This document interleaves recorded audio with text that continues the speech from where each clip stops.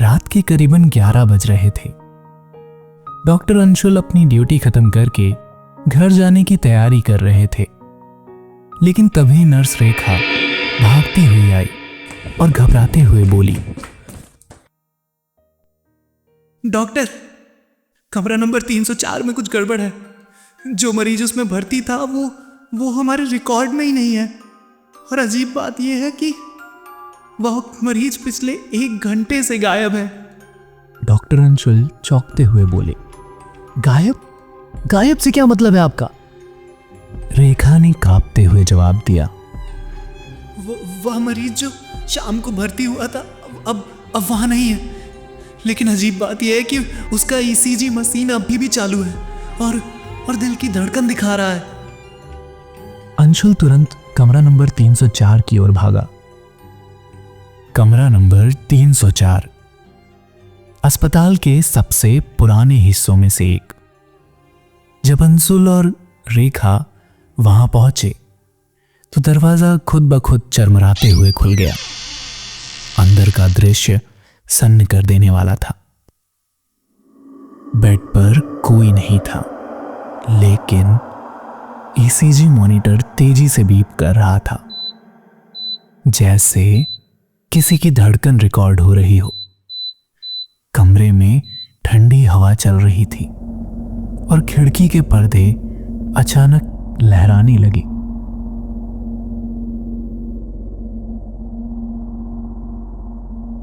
Doctor Anshul ने कमरे की लाइट ऑन करने की कोशिश की, लेकिन वह झपक कर बंद हो गई। एक पल के लिए अंधेरे में रेखा ने देखा कि बेड पर कोई लेटा हुआ है। उसकी आंखें सफेद थी और शरीर पर खून के धब्बे। डॉक्टर, वहां कुछ है। रेखा चीख पड़ी। अंशुल ने घबराते हुए फोन की टॉर्च चलाने की कोशिश की, लेकिन अब कमरे में ठहाके की आवाज गूंजने लगी, जैसे कोई उनका मजाक उड़ा रहा हो। अंशुल डर के सीधा आर्काइव रूम की ओर भागा और वहां कुछ ढूंढने की कोशिश करने लगा। काफी समय के बाद उसे वहां कमरा नंबर 304 की फाइल मिलती है।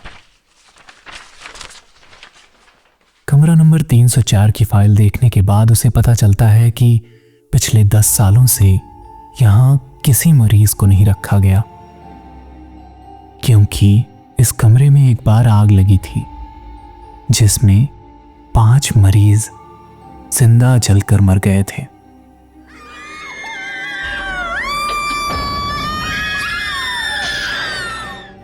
लेकिन आज शाम को एक अज्ञात मरीज को यहां पर भर्ती किया गया। उत्सुकता में कहूं या अपनी नादानी में, डॉक्टर अंशुल ने रेखा को एक बार फिर से उस कमरे में चलने को कहा। रेखा की आंखों में डर साफ साफ झलक रहा था। डॉक्टर, हमें यहां से चलना चाहिए। ये जगह शापित है। लेकिन तभी कमरे के दरवाजे जोर से बंद हो गए। अंशुल ने फोन निकालकर मदद के लिए कॉल करने की कोशिश की, लेकिन नेटवर्क नहीं था। तभी कमरे के कोने से एक साया निकला।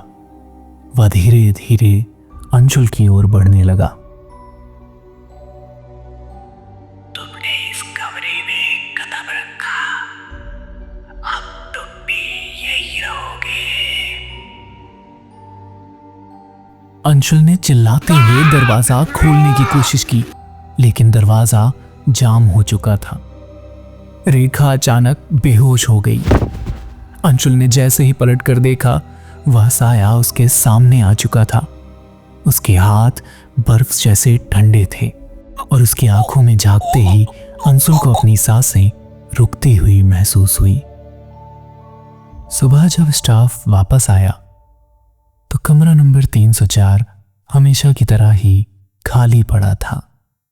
अंशुल और रेखा गायब थे, लेकिन मॉनिटर अब भी बीप कर रहा था और खिड़की पर खून से लिखा था, कमरा 304 हमेशा तुम्हारा इंतजार करता है।